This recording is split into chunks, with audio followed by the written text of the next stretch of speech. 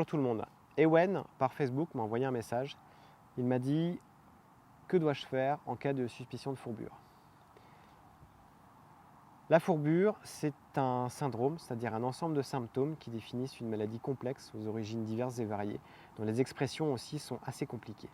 On va partir du fait pour cette vidéo que ce cheval est effectivement en crise de fourbure, une fourbure aiguë d'origine métabolique, alimentaire, parce que il a mal vécu une transition d'herbe ou autre, où il a eu accès à un aliment qu'il n'aurait pas dû avoir, où il s'est échappé, il est parti dans un champ de maïs. Bref, quoi qu'il en soit, Ewen trouve son cheval boiteux, dans l'immobilité, la fixité. Il est campé du devant, celui du derrière, il transpire, il n'a pas l'air bien, il a la tête basse, etc. Il est dans une attitude typique de fourbure. Première chose à faire, Ewen, appelez ton vétérinaire. Tu appelles ton vétérinaire parce que c'est lui qui a les mains déjà pour vérifier le diagnostic que tu as fait, savoir si ton cheval est effectivement en fourbure, s'il n'y a pas autre chose derrière, parce que c'est peut-être pas une fourbure. Comme on a dit, c'est plein de choses peuvent déclencher ce genre de symptômes, donc il faut appeler le vétérinaire. Deuxièmement, il faut sortir ton cheval de l'herbe. Donc tu vas prendre ton cheval et tu vas le ramener soit dans un espace de terre, un rond longe, une carrière, qu'importe, un endroit où il n'a pas d'herbe, mais où il puisse quand même se déplacer sur des sols meubles. Si tu n'as pas le choix, tu peux le ramener éventuellement dans un grand box où le sol est pas dur, quoi, vraiment souple. Troisièmement, il faut mettre le cheval au confort.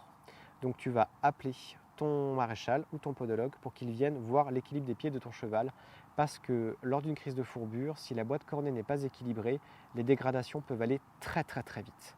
La fourbure va attaquer la résilience et la façon dont la boîte cornée va réussir à tenir sa forme.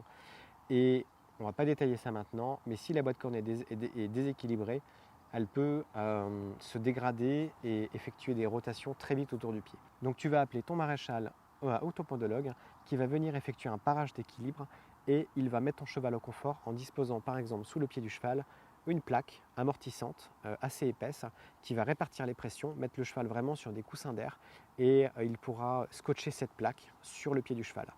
En phase aiguë, il est très vivement déconseillé de ferrer.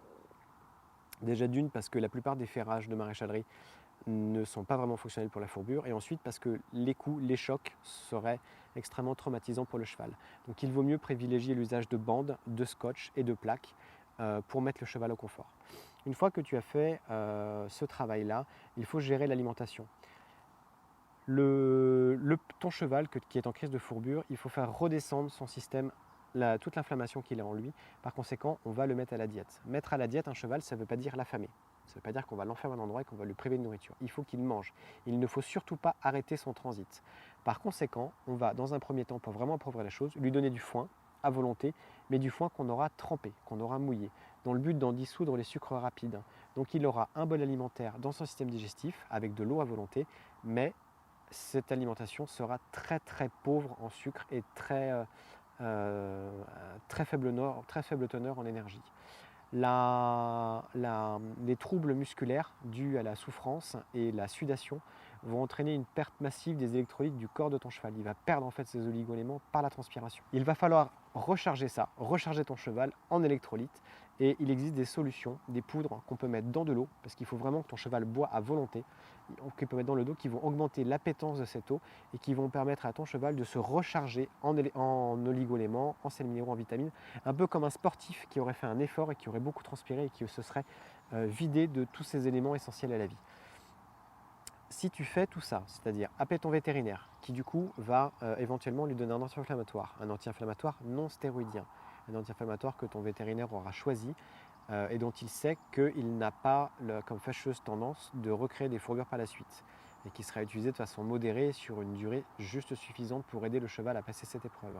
Si tu continues à nourrir ton cheval, mais en prenant en compte tous les effets de la douleur et de la souffrance, du coup par l'utilisation d'électrolytes, eau à volonté, foin mouillé pour en diminuer la teneur en sucre, si tu forces, c'est une façon de parler, mais si tu aides ton cheval à marcher par le biais d'hyposandales avec des plaques en dessous, des pads, ou alors par le biais d'une semelle collée, scotchée, qu'importe, tu vas permettre à ton cheval de guérir, parce que le mouvement va faire circuler tout ce qu'il y a dans le pied et ton cheval va petit à petit se guérir.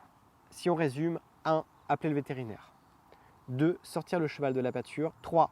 l'emmener, le nourrir correctement avec du foin pauvre en sucre et une hydratation permanente. 4. Appeler son maréchal ou son podologue qui va adapter sur le pied du cheval un dispositif l'aidant à traverser cette souffrance et rééquilibrant la boîte cornée dans le but qu'il n'y ait pas trop de dégradation. En même temps de tout ça, on peut aussi utiliser la médecine traditionnelle chinoise ou la médecine traditionnelle japonaise par le biais du shiatsu par exemple ou du jitsu pour apporter au cheval des soins qui vont avoir des effets anti-inflammatoires, diurétiques, drainants, circulatoires, dans le but d'optimiser au maximum la récupération biologique du cheval et de l'aider à se soigner très très vite. On encourage la nature à se guérir. Voilà, je pense que de toute façon, quand on est dans une situation comme ça, il faut tout mettre de son côté et essayer au maximum d'aller vite. Donc il faut ouvrir toutes les portes qu'on peut ouvrir et se faire aider par toutes les personnes possibles. J'espère, Ewan, que ça répond à ta question et je te souhaite une bonne journée en espérant que cette vidéo aide aussi beaucoup d'autres personnes. Merci.